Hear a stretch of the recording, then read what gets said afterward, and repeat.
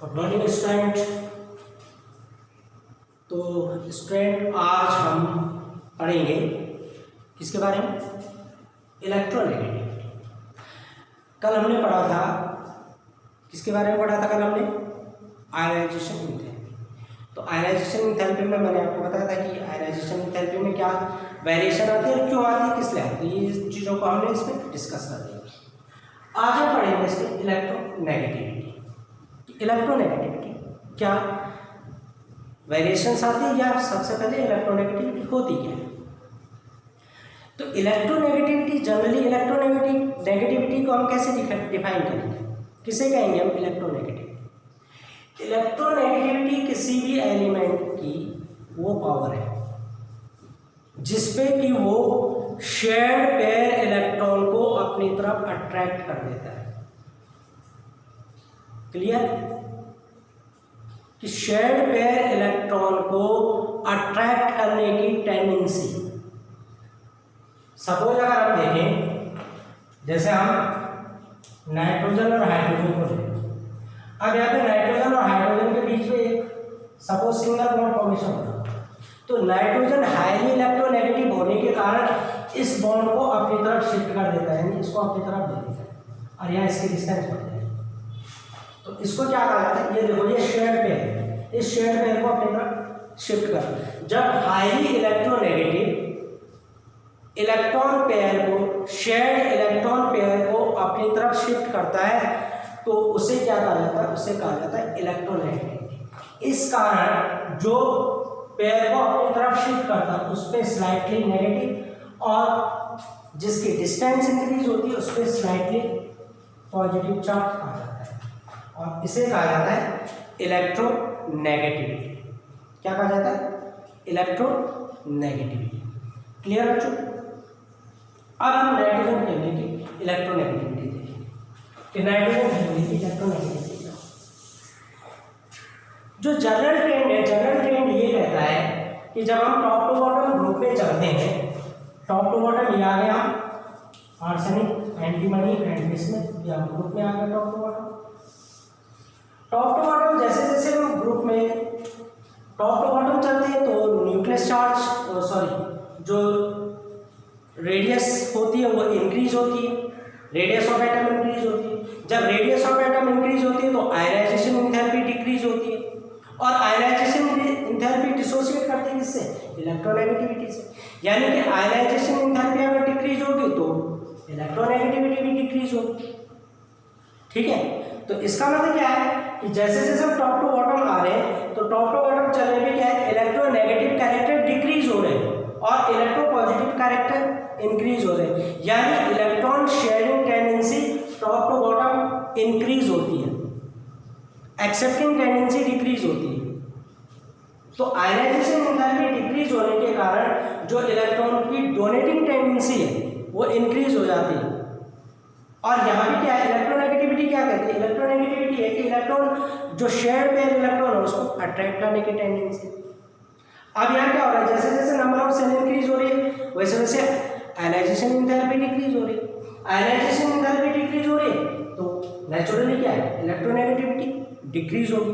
तो पीरियड में अगर ग्रुप में अगर आप टॉप टू बॉटम चलते हैं तो टॉप टू बॉटम चलने पे जैसे जैसे एटॉमिक रेडियस इंक्रीज होती है वैसे वैसे आयनाइजेशन एंथैल्पी डिक्रीज होती है और आयनाइजेशन एंथैल्पी डिक्रीज होने का मतलब है कि जो इलेक्ट्रॉन रिलीजिंग टेंडेंसी है वो इंक्रीज होती है। यानी जैसे जैसे सेल एक्सपैंड होगी, आउटरमोस्ट सेल की डिस्टेंस जैसे जैसे इंक्रीज होगी तो जो आउटरमोस्ट इलेक्ट्रॉन होगा उसको हम इजीली क्या कर लेंगे? रिमूव कर सकते हैं। तो रिमूविंग टेंडेंसी जब इंक्रीज होगी तो इलेक्ट्रोनेगेटिविटी क्या हो जाएगी? आपकी डिक्रीज हो जाएगी। तो अगर आप टॉप टू बॉटम चलते हैं ग्रुप में तो टॉप टू बॉटम ग्रुप में आयनाइजेशन एंथैल्पी डिक्रीज होगी। Is it clear? तो ये आपका आयनाइजेशन एंथैल्पी इलेक्ट्रोनेगेटिविटी। तो electronegativity top to bottom group में डिक्रीज होगी। और अगर अक्रॉस द पीरियड चलेंगे हम तो अक्रॉस द पीरियड में क्या होगा? अक्रॉस द पीरियड में आयनाइजेशन एंथैल्पी इंक्रीज और इलेक्ट्रोनेगेटिविटी इंक्रीज होगी।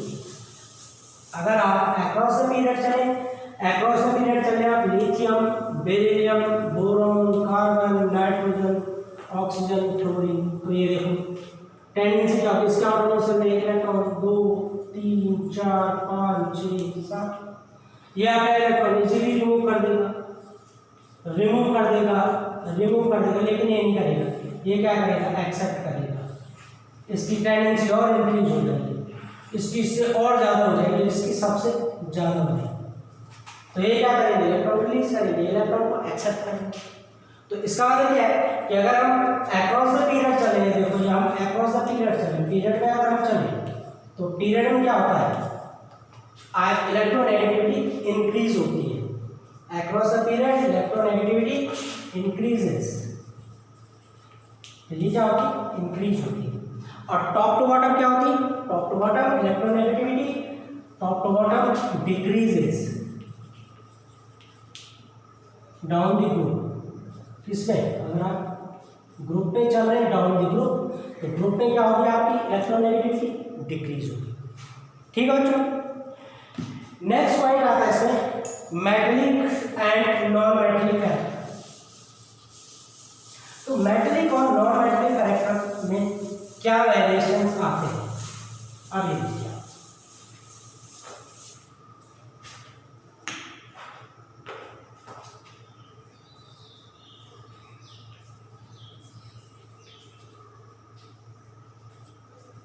Metallic and non metallic character.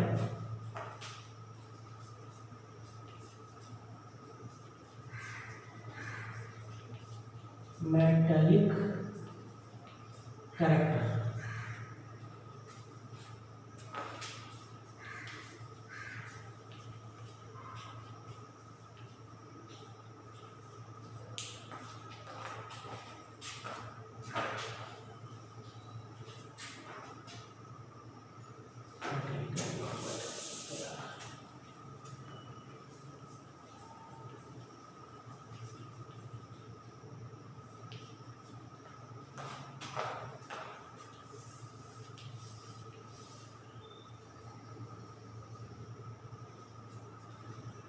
ठीक है बच्चों, तो मेटलिक और नॉन मेटलिक कैरेक्टर में क्या वेरिएशन है आपने देखो।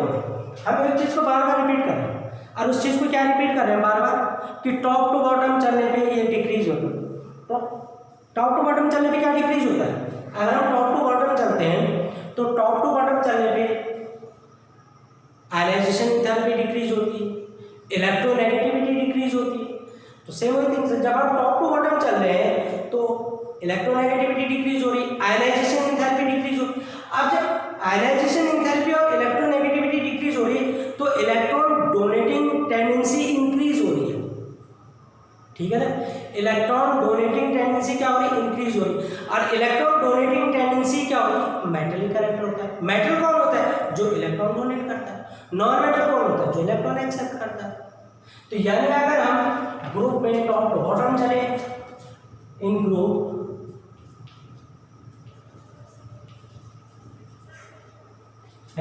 ग्रुप में क्या चले top to bottom nitrogen phosphorus arsenic antimony basement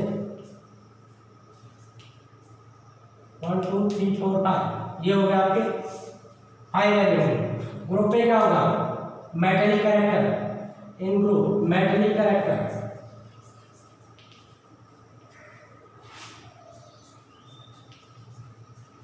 metallic character क्या हो जाएगा इंक्रीज।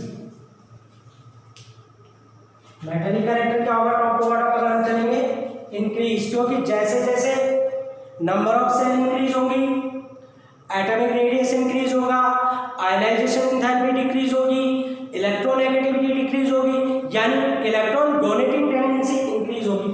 तो नाइट्रोजन अपना इलेक्ट्रॉन नहीं देगा, ये तो एक्सेप्ट करेगा, ये भी एक्सेप्ट करेगा, आर्सेनिक भी। लेकिन जो एंटीमनी और बिस्मथ है इनकी टेंडेंसी क्या होगी इलेक्ट्रॉन डोनेटिंग टेंडेंसी इंक्रीज हो जाएगी।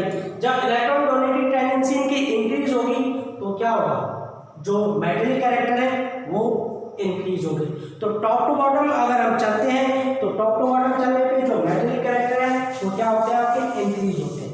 तो इसका मतलब हो गया जो आपके नाइट्रोजन और फॉस्फोरस है ये क्या होगी आपकी दीज आर नॉन मेटल, ये क्या होगी आपकी नॉन मेटल। इसके बाद आ गया आपकी आर्सेनिक एंड एंटीमनी, ये आपकी होती है मेटलॉइड, यानी ये हो गया आपकी सेमी मेटल।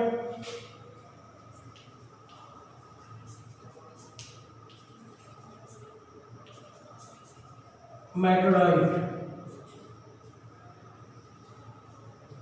एंड जो आपका बिस्मुथ होता है ये होता है मॉडरेटिव मेटल, यानी लगभग लगभग मेटल होता है, तो इसको हम किसमें ले लेते हैं, मेटल में ले लेते हैं, समझे।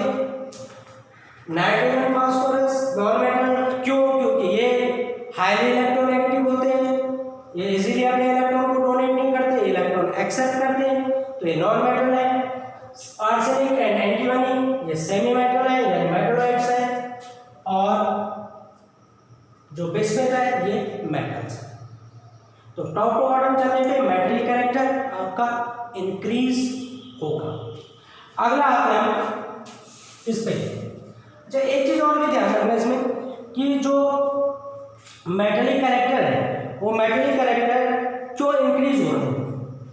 वैसे मैंने अभी आपको एक्सप्लेन कर दिया कि मेटलिक कैरेक्टर क्यों इंक्रीज होते हैं। क्यों इंक्रीज होते हैं मेटलिक कैरेक्टर, क्योंकि जैसे जैसे हम ग्रुप में टॉप टू बॉटम चलते हैं वैसे वैसे इलेक्ट्रॉन डोनेटिंग टेंडेंसी इंक्रीज होती है। तो इलेक्ट्रॉन डोनेटिंग टेंडेंसी इंक्रीज होने के कारण ये क्या करते हैं, अपने इलेक्ट्रॉन को रिमूव कर देते हैं, और जो क्या होते हैं लोअर होते हैं पीरियड में, ग्रुप में जो सबसे नीचे होते हैं, तो इनकी डोनेटिंग टेंडेंसी इंक्रीज हो जाती है। ठीक है, अगला पॉइंट आता है आपका allotropic, allotropes. Allotropes,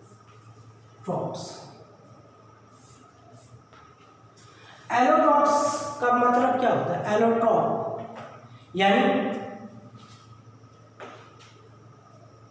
existence, different existence but same physical and chemical property. Existence में तो डिफरेंस होगी, जैसे डायमंड एंड ग्रेफाइट, लेकिन फिजिकल और केमिकल प्रॉपर्टी क्या होती है, सेम होती है, बट डिफरेंट एग्जिस्टेंस। तो ऐसे ही नाइट्रोजन का तो खैर कोई नहीं होता, नाइट्रोजन का जो एलोट्रॉप्स है वो कोई एलोट्रॉप्स नहीं है नाइट्रोजन का, nitrogen no any allotropes.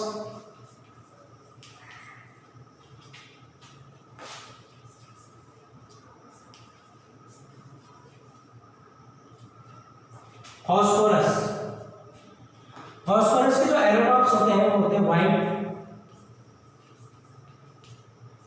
Red, black, grey. ठीक है, नाइट्रोजन के कोई एलोट्रॉप्स नहीं होते, फॉस्फोरस के होते हैं आपके white, red, black, violet, grey, yellow, ये होते हैं आपके antimony, as arsenic sorry as, grey, और दूसरा क्या होता है इसका green, grey, green I think no not, yellow, correct yellow, black, इसका ब्लैक होता है, तो ग्रे, येलो, ब्लैक, ये एलोट्रॉप्स है किसके, आर्सेनिक के।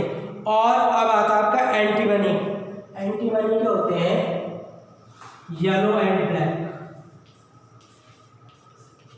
येलो, ब्लैक, तो ये इसके आइसोटोप्स हैं। नाइट्रोजन और बिस्मुथ के कोई एलोट्रॉप्स नहीं होते, बिस्मुथ नो एलोट्रॉप्स। तो एलोट्रॉप का मतलब क्या होता है कि डिफरेंट फॉर्म में एग्जिस्ट होना, लेकिन जिनकी फिजिकल और केमिकल प्रॉपर्टी क्या होती है, सेम होती है, लेकिन एग्जिस्ट किस में होते हैं, डिफरेंट फॉर्म में होते हैं, तो वो क्या होते हैं, एलोट्रॉप्स होते हैं। ठीक है, तो ये हो गया आपके एलोट्रॉपिक फॉर्म। ठीक है बच्चों, तो अभी तक हमने इस चैप्टर में जो चीजें देखी वो क्या क्या देखी, वो हमने देखा इसमें इलेक्ट्रोनेगेटिविटी। क्या होती है इलेक्ट्रोनेगेटिविटी, इलेक्ट्रोनेगेटिविटी होती है इलेक्ट्रॉन को, जो शेयर्ड पेयर इलेक्ट्रॉन है उसको एक्सेप्टिंग, उसको अपनी तरफ क्या करने की, अपनी तरफ उसको पुल करने की टेंडेंसी, तो अपनी तरफ वो उसको कैसे पुल कर सकता है। ठीक है, दूसरा देखा हमने मेटेलिक कैरेक्टर और नॉन मेटेलिक कैरेक्टर। तो मेटेलिक और नॉन मेटेलिक कैरेक्टर क्या होते हैं कि अगर हम ग्रुप में टॉप टू बॉटम चलते हैं तो ग्रुप में टॉप टू बॉटम चलने में क्या होता है, मेटेलिक कैरेक्टर इंक्रीज होते हैं। क्यों इंक्रीज होते हैं मेटेलिक कैरेक्टर? क्योंकि जब हम ग्रुप में टॉप टू बॉटम चलते हैं तो जो इलेक्ट्रोनेगेटिविटी है, इलेक्ट्रोनेगेटिविटी डिक्रीज होती है। इसके साथ साथ आयनाइजेशन एंथैल्पी भी डिक्रीज होती है। जब आयनाइजेशन एंथैल्पी डिक्रीज होती है तो जो आउटरमोस्ट इलेक्ट्रॉन है उसको हम इजीली क्या कर लेते हैं, रिमूव कर लेते हैं। और जब हम उसको इजीली रिमूव कर लेते हैं तो जो मेटेलिक कैरेक्टर इंक्रीज हो जाती है। यानी मेटल्स क्या है जिससे हम इजीली इलेक्ट्रॉन को रिलीज कर सकते हैं, वो उसके मेटेलिक कैरेक्टर होते हैं। समझ रहे बच्चों? और उसके बाद आया था आपका एलोट्रॉपिक फॉर्म। तो एलोट्रॉपिक फॉर्म क्या होती है, किसे कहते हैं एलोट्रॉप्स? एलोट्रॉप्स का मतलब होता है कि कोई जो एलिमेंट है वो एक या एक से ज़्यादा फॉर्म में एग्जिस्ट होता है। यानी जो उसकी एग्जिस्टेंस है वो क्या है, एक से ज़्यादा है।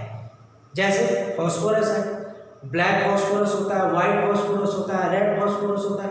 तो जनरली जो हमें मिलता है वो क्या मिलता है, जो हमें फॉस्फोरस मिलता है वो किस फॉर्म में मिलता है, P4 फॉर्म में, सॉरी वाइट फॉस्फोरस फॉर्म में मिलता है।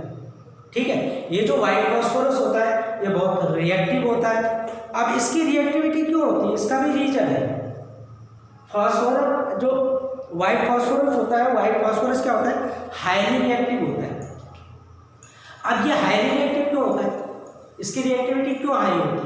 इसकी रिएक्टिविटी इसलिए हाई होती है क्योंकि यहाँ पे जो फॉस्फोरस के बीच में जो एंगल बनता है वो 60 डिग्री का बनता है। तो इस कारण यहाँ पे एंगुलर स्ट्रेन बहुत ज़्यादा हो जाता है।